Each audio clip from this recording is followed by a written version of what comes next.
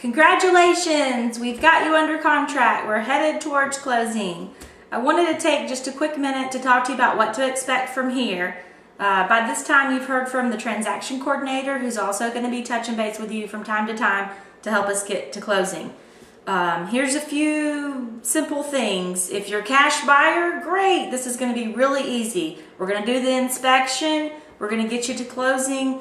You may want to get a survey and a termite report, and you may want to get your own appraisal, but these are not lender required items. So if you're cash, we're going to go to closing table. We're going to make sure we have clear title commitment, and that's pretty easy. If you're a conventional loan buyer, you're going to have a 10-day inspection period as well.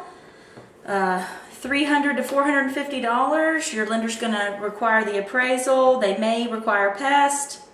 We're going to get clear title, go to closing. Now I want to spend a lot more time on VA and FHA buyers. So if you're a VA or FHA buyer, this is mainly for you. During the first 10 days, we're going to order your inspection.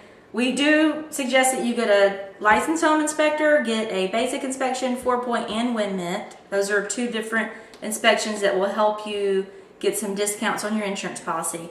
That's going to run you anywhere between about $300 and $450. Next, your lender's going to order the appraisal. They will require that money up front. It's about $475. We typically try not to order everything at one time, because if the inspection comes back bad and you're not willing to move forward, well, we don't want to have spent a lot of money to find that out. If the appraisal doesn't come in at our contract amount and the deal falls through, we don't want to spend a lot of money to find that out. So we take it in pieces and try to spend your money in pieces as little as we have to go along. So once you're satisfied with the inspection period, which is typically 10 days, then we'll move forward with the appraisal with the lender. Now you may be saying, well, the seller's paying my closing cost. Well, that may be true, but that lender's still going to require you pay that $475 approximately up front. Now the inspection, the pest, the survey, and any others, we can probably talk them into sending the bill to the closing company. At that point, the closing company will, at closing, pay off the vendors with your seller paid closing costs that you've negotiated, if you have some, assuming that it covers that amount. And if you're a VA, or FHA, you may actually get some of your appraisal money back from up front if you have enough seller credit at closing. If it's an FHA or VA loan, the appraisal may come back and say you need lender required repairs. Now, if you're dealing with a typical seller and we got it on a contract that states they'll pay up to 1.5%, then the seller may do those repairs before closing. If you're on an as-is contract, they may not do any repairs before closing. Those repairs may be having to be paid by you. This happens a lot if it's a short sale or a foreclosure. I'm sure we've already talked about this by now. If you're purchasing a short sale or a foreclosure, you may have to pay for some of the lender required repairs out of your pocket.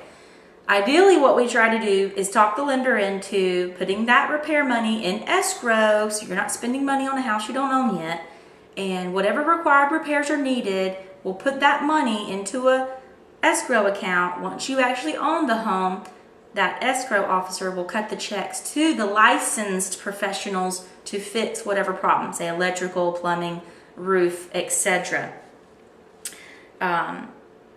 Okay, once all the lender required appraisal has been done, all the inspections have been completed, the pest control, you're okay with that. 10 to 14 days before closing, we try to do the survey, which can be between $350 and $500. Could be more if you're like farmland or something like that, but let's just say $350 to $500 estimated. If you are in a flood zone, you will also have to have an elevation certificate, which will be a little bit more.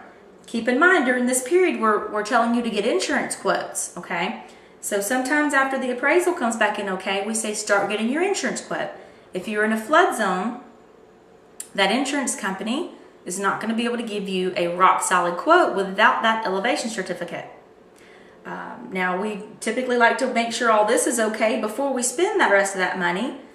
But if getting a rock solid insurance quote is something that's important to you before you move forward with anything else, then you let us know. We'll order the survey right off the bat with the elevation certificate so your lender can get you a rock solid insurance quote if you're in a flood zone. If you're not in a flood zone, wait to the last minute to get the survey, assuming that, it's in a platted subdivision, typically you're not going to have anything to worry about. You're going to review it before closing to make sure that the neighbor's fence isn't 2 or 3 feet on your property line, or vice versa.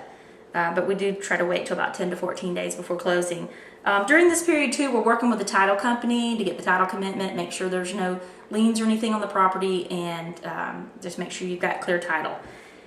If you're VA FHA and you have a well and a septic, your lender may require a well and septic inspection. The well is around $75, the septic's around $550.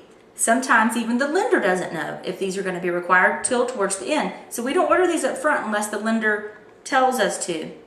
Now, as always, we suggest if that's important to you, you get a well and septic inspection nonetheless. But as far as lender requirements go, we wait until they tell us they need the well and septic before we order them, because that could be another $625 out of pocket or up front. So typically, just to wrap it up, your inspection period is typically about 10 days. Appraisal, then pest, then survey, well and septic. If you, if you have a mobile home in your FHA or VA, the lender is also going to require an engineer report, which I've only done 1 or 2 of those, so I can't tell you exactly how much they are, but I think it's a couple $100. Just keep in mind, along these lines, you are going to have an engineer report if it's a mobile home and it's VA or FHA. Make sure it was set up correctly, tied down correctly, that sort of thing. So I hope this answers all your questions for now. Please feel free to call me if I missed out anything that you still have questions about, or call our transaction coordinator. You'll be hearing from her from time to time. Once again, congratulations on your new home, and let's get to work. Thank you. Bye-bye.